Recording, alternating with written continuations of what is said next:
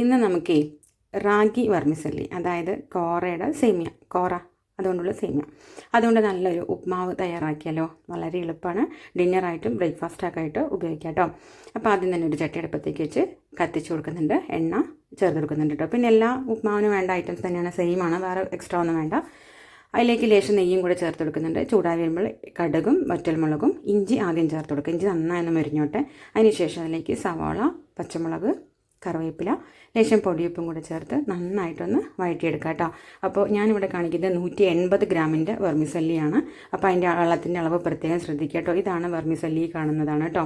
അപ്പോൾ ഇത് 180 ഗ്രാമാണ്. 180 ഗ്രാം ആകുമ്പോൾ 250 ml കപ്പ് കൊണ്ട് ഒരു കപ്പും പിന്നെ ഒരു 3 ടീസ്പൂൺ വെള്ളവും കൂടി ചേർത്ത് കൊടുക്കുന്നുണ്ട്.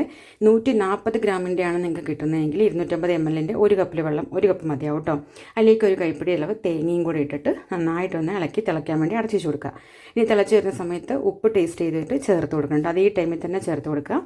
നന്നായിട്ട് വെർമിസല്ലിയിൽ കൊട്ടിയിട്ട് ഒന്ന് ഇളക്കി കൊടുക്കുക കേട്ടോ. തീ കമ്മിയാക്കിയിടണേ, പ്രത്യേകം ശ്രദ്ധിക്കണം. അപ്പോൾ സേമിയ മുങ്ങുന്ന രീതിയിൽ, അതായത് ഒന്ന് നനഞ്ഞ് കിട്ടുന്ന രീതിയിൽ എല്ലാവരും ഒന്ന് ആക്കിയിട്ട് ഒന്ന് തട്ടിപ്പൊത്തിയിട്ട് ഒന്ന് അടച്ചു വെച്ച് കൊടുക്കുക കേട്ടോ. ഒരു 2 മിനിറ്റിന് ശേഷം തീ കമ്മിയായിരിക്കണം.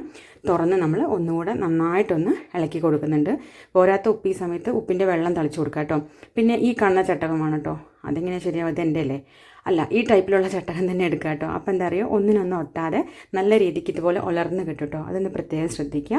അപ്പോൾ ഈ സമയത്ത് ഉപ്പ് പോരെങ്കിൽ ഉപ്പിൻ്റെ വെള്ളം തളിച്ച് കൊടുക്കുക, അത് ശ്രദ്ധിക്കുക. അപ്പോൾ നമ്മുടെ റാഗി സേമിയ ഇവിടെ റെഡി ആയിട്ടുണ്ട്. നല്ല ടേസ്റ്റാട്ടോ. പ്രത്യേകിച്ച് കറികളൊന്നും വേണ്ട അതിന് കഴിക്കാനായിട്ട്. ഡയറ്റ് എടുക്കുന്നവരൊക്കെ ഒന്ന് തയ്യാറാക്കി നോക്കുക, എല്ലാവർക്കും ഇഷ്ടമാവും. അപ്പോൾ ഇത്രയേ ഉള്ളൂ. എല്ലാവരും ഒന്ന് ട്രൈ ചെയ്യുക. Okay, by.